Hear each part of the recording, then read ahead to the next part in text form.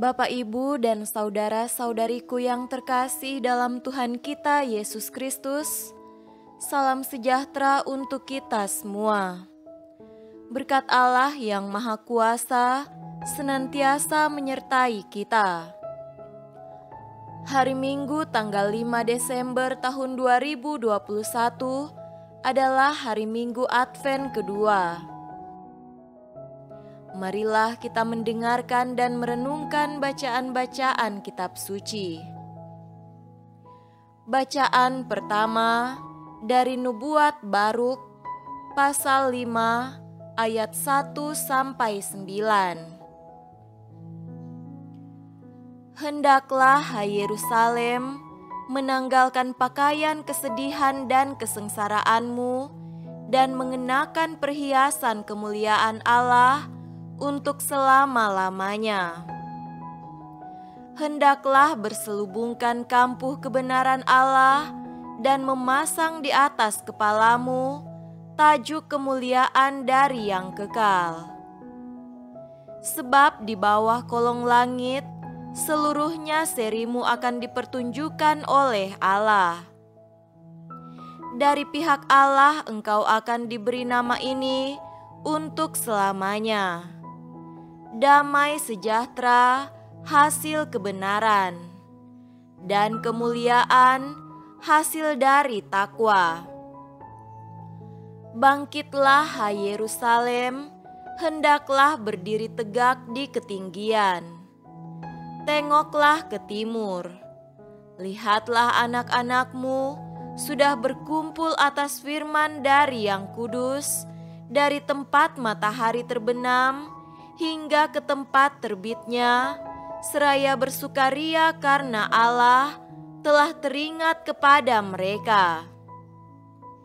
Memang dahulu mereka pergi daripadamu dengan berjalan kaki, digiring oleh musuh. Tetapi kini mereka dikembalikan kepadamu oleh Allah, diusung dengan hormat, seolah-olah di atas tanduk kerajaan. Sebab Allah memerintahkan supaya diratakanlah segala gunung yang tinggi dan segenap bukit abadi, dan supaya ditimbuslah sekalian jurang menjadi tanah yang rata, sehingga Israel dapat berjalan dengan aman di bawah naungan kemuliaan Allah. Hutan rimba dan segala pohon yang harum semerbak pun menaungi Israel atas perintah Allah. Sebab Israel akan dituntun dengan sukacita oleh Allah, oleh cahaya kemuliaannya, dan dengan belas kasihan dan kebenarannya. Demikianlah sabda Tuhan. Syukur kepada Allah.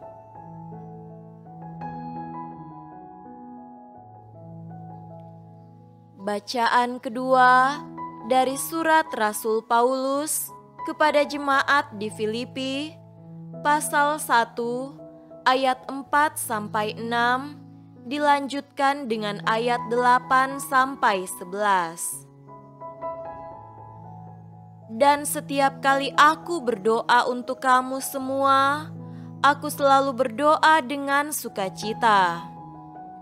Aku mengucap syukur kepada Allahku karena persekutuanmu dalam berita Injil, mulai dari hari pertama sampai sekarang ini. Akan hal ini aku yakin sepenuhnya, yaitu Ia yang memulai pekerjaan yang baik di antara kamu akan meneruskannya sampai pada akhirnya pada hari Kristus Yesus.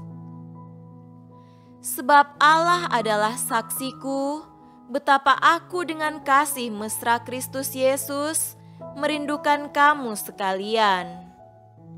Dan inilah doaku, semoga kasihmu makin melimpah dalam pengetahuan yang benar dan dalam segala macam pengertian, sehingga kamu dapat memilih apa yang baik, supaya kamu suci dan tak bercacat, menjelang hari Kristus, penuh dengan buah kebenaran yang dikerjakan oleh Yesus Kristus untuk memuliakan dan memuji Allah. Demikianlah sabda Tuhan. Syukur kepada Allah.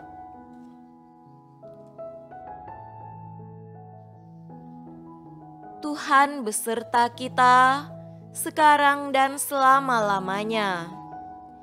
Inilah Injil suci menurut Lukas. Dimuliakanlah Tuhan. Injil Lukas pasal 3 ayat 1-6. Dalam tahun ke-15 dari pemerintahan Kaisar Tiberius, ketika Pontius Pilatus menjadi wali negeri Yudea dan Herodes raja wilayah Galilea, Filipus saudaranya, raja wilayah Iturea dan Trakonitis, dan Lisanias raja wilayah Abilene, pada waktu Hanas dan Kayafas menjadi imam besar, datanglah firman Allah kepada Yohanes, anak Sakaria, di padang gurun. Maka datanglah Yohanes ke seluruh daerah Yordan dan menyerukan, "Bertobatlah dan berilah dirimu dibaptis, dan Allah akan mengampuni dosamu, seperti ada tertulis dalam kitab nubuat-nubuat Yesaya." Ada suara yang berseru-seru di padang gurun, "Persiapkanlah jalan untuk Tuhan, luruskanlah jalan baginya." Setiap lembah akan ditimbun, dan setiap gunung dan bukit akan menjadi rata, yang berliku-liku akan diluruskan, yang berlekuk-lekuk akan diratakan, dan semua orang akan melihat keselamatan yang dari Tuhan. Demikianlah sabda Tuhan. Terpujilah Kristus.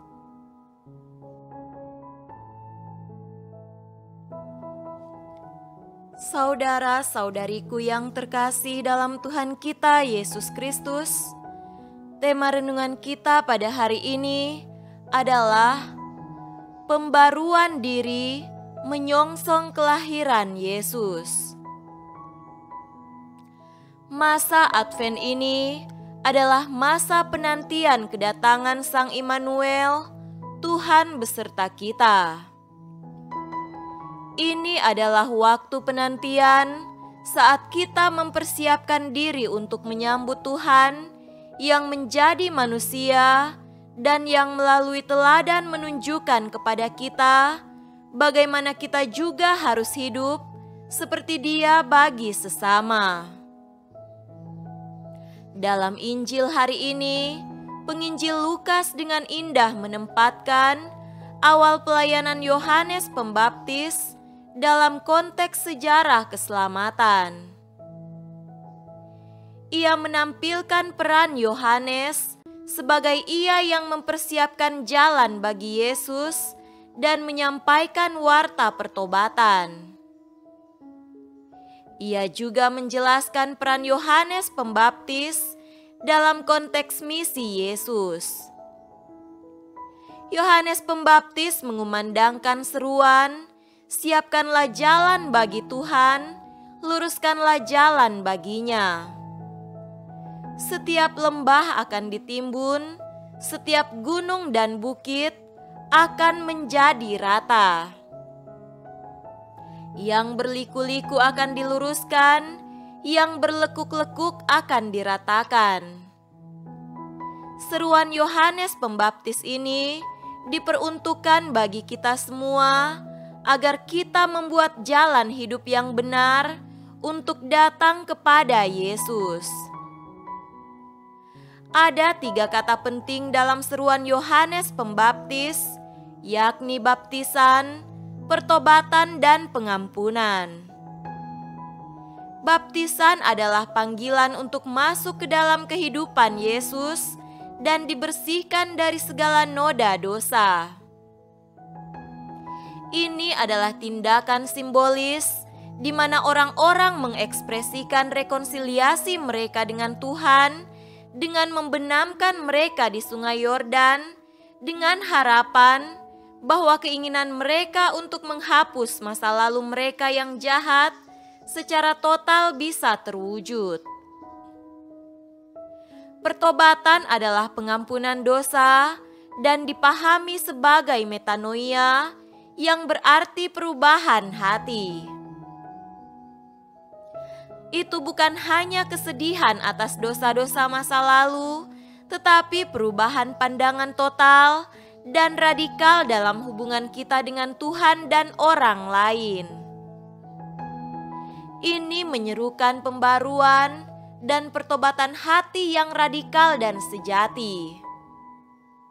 Ini menandakan pandangan baru tentang kehidupan sesuai dengan kehendak Tuhan.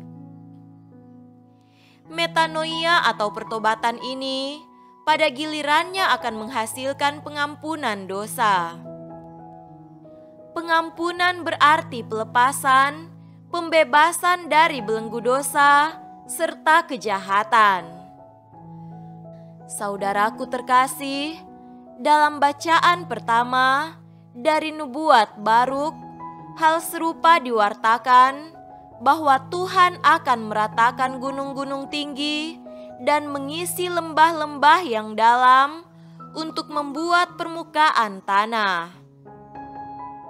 Ini adalah undangan untuk mengubah perilaku eksternal mereka dan mendamaikan mereka dengan Tuhan.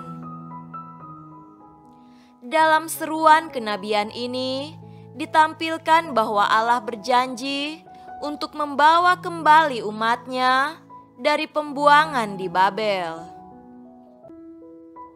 Pembacaan dimulai dengan memberikan harapan dan keyakinan kepada masyarakat, mengajak mereka untuk berhenti meratapi masa lalu dan bersiap untuk merayakan masa depan. Mereka harus mengganti jubah duka dengan pakaian yang dibuat dari keadilan dan kemuliaan Allah. Pakaian kesedihan dan kesengsaraan adalah kematian dan penderitaan yang menimpa bangsa Israel karena ketidaktaatan mereka.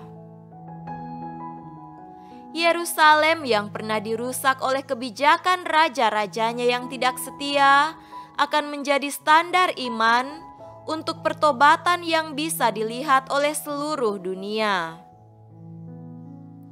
Saudara-saudariku terkasih, dalam bacaan kedua, Rasul Paulus menyatakan bahwa ia berdoa dengan sukacita bagi jemaat Filipi, mitra setianya dalam penginjilan. Dia berdoa agar mereka tidak bercacat dan murni. Dia berdoa agar mereka memiliki rahmat untuk membedakan antara yang benar dan yang salah, yang baik dan yang jahat. Kita juga seperti orang Filipi harus dikenal sebagai pria dan wanita yang berkehendak baik.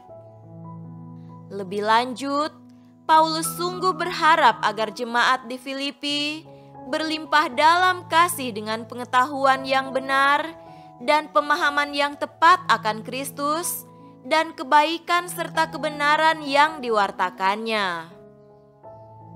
Kita dapat menjadi saksi bagi dunia dan satu sama lain dengan memelihara moral dan nilai-nilai Kristen kita. Itu adalah salah satu cara perubahan dan pertobatan kita, juga dalam rangka menekankan aspek kebaikan, kejujuran, keadilan dan cinta kasih yang lebih besar di dalam hidup kita, serentak mengikis, mengeluarkan hal-hal dalam diri kita yang bertentangan dengan itu. Demikian kita dibersihkan, jalan kita diluruskan, penghalang apapun dalam diri kita diratakan, lalu kita bisa berjalan penuh iman dan keyakinan, menyongsong kelahiran Yesus, Sang Juru Selamat kita. Semoga demikian. Amin.